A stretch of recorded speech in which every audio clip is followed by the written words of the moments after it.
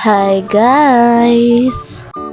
For today's video nga pala guys is gumagawa nga pala sila dyan ng paglulutuan namin guys kasi dibo nga ng babaeng ito.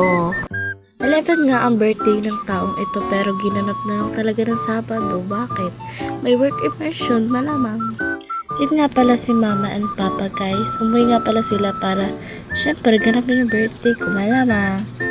And kasama nga rin pala nila guys yung mga kapatid ko. Diyan nga pala guys is hindi pa namin sila matulungan kasi nga kailangan namin pumasok sa work immersion. Last day na nga rin pala guys ng aming work immersion kaya nga pala guys is maaga rin kami makakauwi mamaya. Fast forward nga po pala guys is nandiyan na nga pala kami sa Queen D Salon. Doon nga pala kami guys nag-work immersion.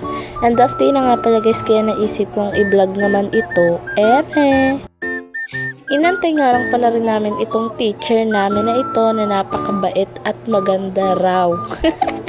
Sabi niya.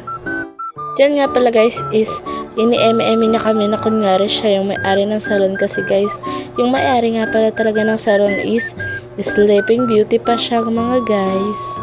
Pumunta nga rin pala dyan yung teacher namin guys kasi nga po is magbibigay na ng certificate.